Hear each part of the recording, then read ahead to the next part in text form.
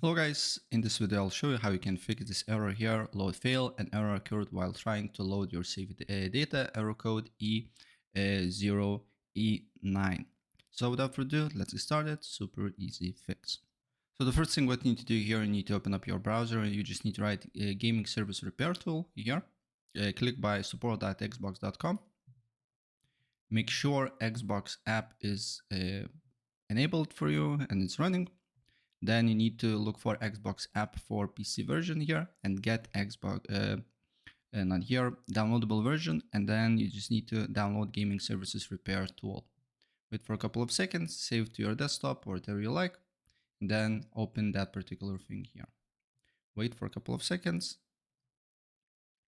And basically, then you should wait until you get basically this message here. Did this fix this issue or not? And look if there is no errors here. And after that, what you need to do here is to reboot your computer, then start Xbox app again, and your issue should be solved. And that's pretty much it what you need to do here if you're experiencing this issue. So if I help you out, please press like.